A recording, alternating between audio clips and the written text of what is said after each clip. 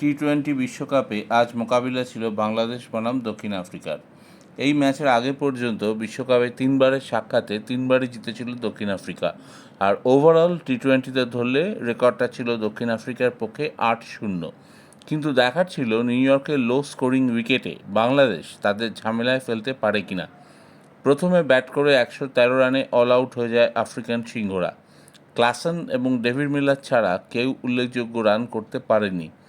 বাংলাদেশের বোলাররা, বিশেষ করে তানজিম হাসান সাকিব এবং তাসকিন আহমেদ দুর্দান্ত বল করেন। তবে এই রান তোলা বাংলাদেশের পক্ষেও যে কঠিন হবে সেকেন্ড ইনিংসে সেটা জানাই ছিল।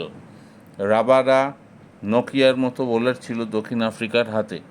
সঙ্গে ছিলেন কেশব মহারাজ। বাংলাদেশের ব্যাটসম্যানদের মধ্যে তৌহিদ হৃদয় এবং মাহমুদুল্লাহ ছাড়া কেউ প্রতিরোধ করতে পারলেন না।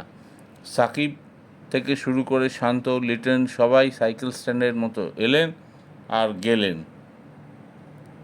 দেখে মনে হচ্ছিল বাংলাদেশ ব্যাটিংয়ের যেন কোনো প্ল্যান নেই। জঘন্য সব শট। খেলার টার্নিং পয়েন্ট, 6 মারতে গিয়ে মাহমুদুল্লাহর আউট।